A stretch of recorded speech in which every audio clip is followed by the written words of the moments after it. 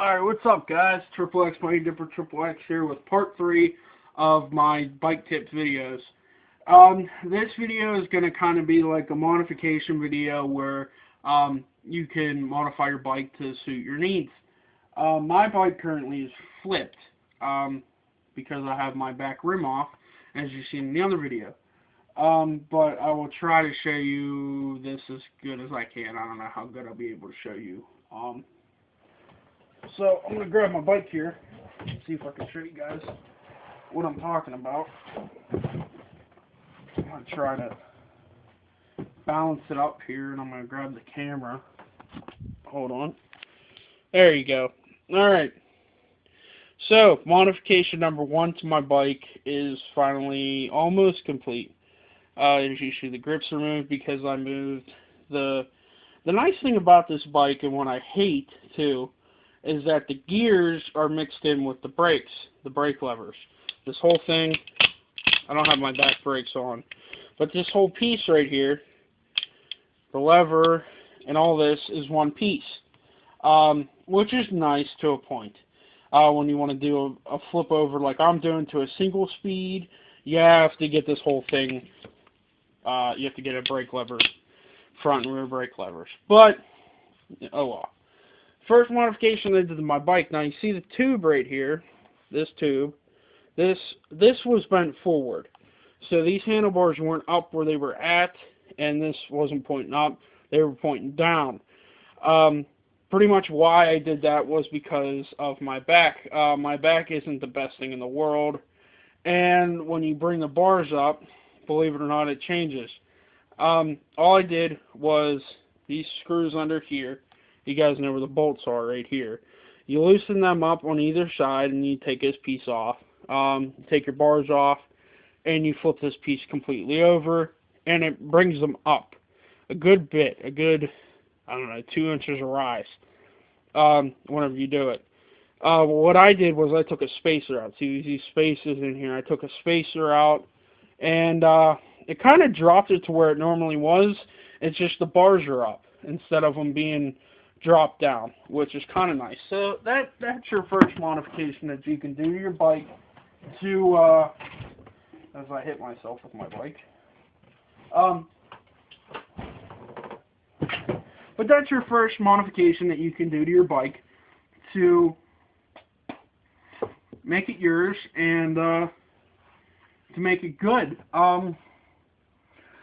The reasons why you would do that, for one, you're not hunched over, so you shave your back. The second reason is if you do a lot of downhill or a lot of trail riding and you're bent over, stuff like that, it starts to hurt.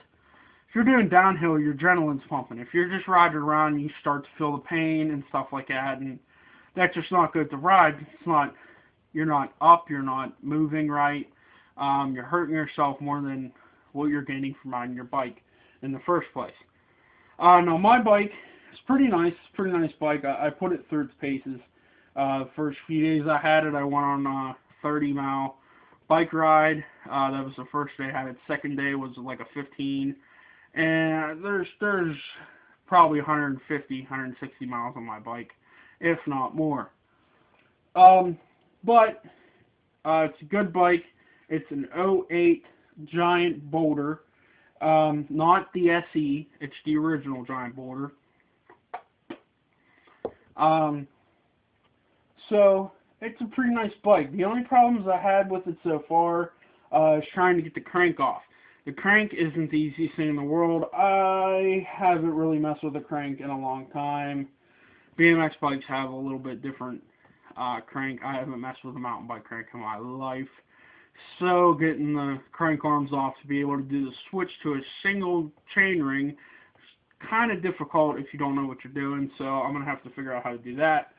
The next thing I did was I took off the back rim.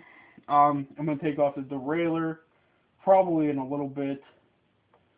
And all you do to do that is there's an Allen key bolt.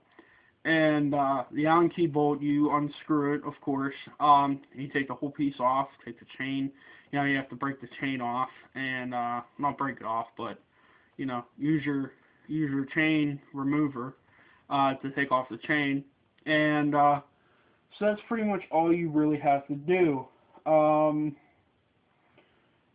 What else did I do? Another thing I did, I took the whole back brakes and cable off. I tend to use my front brakes a lot more than rear brakes. I don't know why. And I don't get the washout that you guys would think that I'd probably get from it. I don't. I don't know the reason behind it, but I'm not getting that kind of kick out or anything. I don't know if it's because of the wider tires. I haven't figured it out, but it could be the way that I shift my body when I hit the front brakes. I tend to not put a lot of weight on the front when I hit my front brakes. I kind of lean back and put my butt back behind the seat of the bike, kind of lean back down the hill and hit the front brake. So that could be it. It could be the fact that normally when I use my brakes, I'm going straight. So there's a lot of factors that come in with that, and you can't learn that by watching a video. You have to learn that by being out there and riding your bike and learning how to do new things on it. Some of the things that you guys can work on, if you want some things to work on, is balance. Balance, the way that I learned balance, pretty much just riding so long. I've been riding since I was like 2.5, riding bikes without pedals, or not pedals, what the hell are they called? Training wheels. When I was 2.5, I took my training wheels off of my bike and rode down the hill. Ever since then, it's been downhill. No pun intended. So I've been riding for a long time, so I have I have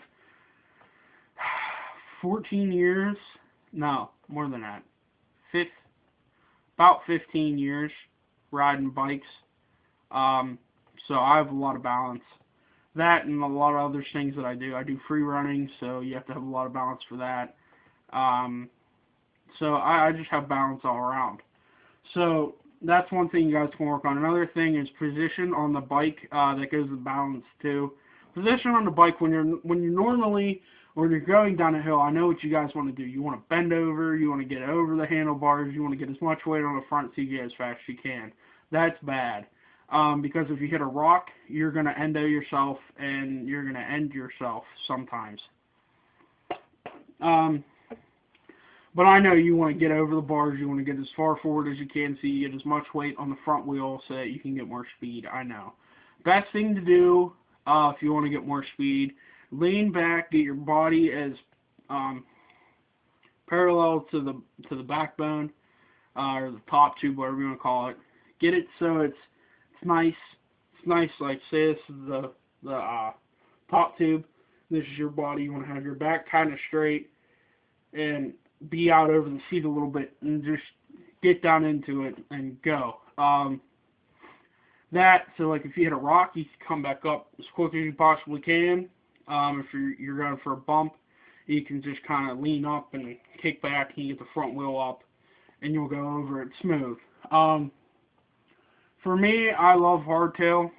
I'm used to riding BMX, so this is an easy switch to get over into the mountain bike world with a hardtail. That and the fact that I like hardtail for the durability. You don't blow out. If you blow out your front shocks, you just buy shocks. If you blow out the rear shock, you could screw up your whole bike. So I like that fact for the easy. I like simplicity. I like the simple ways to fix things, and the simple way just to get it done and over with. I don't like a lot of BS. I don't like a lot of deal with stuff that I don't know how to do. I love learning new things on how to fix my bike and how to better it, but I'm not too much into all the stuff that goes with it. But with that said, pretty much some things you can do. You could change it into a single speed. You could change your gearing. You could change your front chain rings, which would change your gearing. Your rear chain ring, you can change your front derailleur, your rear derailleur, your pedals, your cranks, your bottom end. You can change your handlebars. your frame, wheels, rims, or spokes, rims, hubs, axles. I mean, you could change your whole bike and then make into a chop shop bike, but I prefer just to stick to what I know, stick to what I have. Work on your bikes. Do the best you can with your bikes. Keep them well oiled up. It's pretty much like having a girlfriend. You got to take care of it. You got to spend some money. You got to ride it. You got to do a bunch of stuff pretty much just to keep it. So, if you want to keep it, you want to keep your bike happy, you got to do some stuff to it. Not saying you guys should spend the money on changing your girlfriends, but you guys know where I was going with that. You gotta make sure that you keep your bike in the tip-top shape as you can and try to help it. Talk to it, sleep with it, cuddle with it. I'm kidding. But no, you guys know what I'm talking about here, right? Yes? Okay. So that's pretty much the video as I end up with the girlfriend bit. Things you can do: oil your bike, keep your bike oiled, keep the chain lubricated, keep your carriage lubricated, use the proper grease. Make sure when you're buying axles, you buy the right axle size. If you have quick release, make sure you get quick release axles. Pretty much just keep your bike as tip-top shape as you can, and you're going to have your bike, you're going to love your bike, and you're going to keep your bike for as long as you can. And, you know, if it ain't broke, don't fix it. Alright? The reason I'm going to a single speed is because I don't feel like messing with my gears. I have to change my gears, I have to do all this crap to it. And it's going to cost me more money to change it and fix it than it is just to throw a $25 spacer kit onto it and a free wheel and make it into a single speed. So, and that goes back to the ease and maintenance, where it's just one gear, well, 2 gears, a chain, and that's it. Okay, you gotta mess with your brakes and rims and everything else. It's pretty much like having an oversized BMX bike. So, safe, happy riding. Kids, wear your safety gear. If you're a dipper, keep dipping and spitting. Get yourself a mud jug. Ride hard, ride it like you stole it, and have a good one.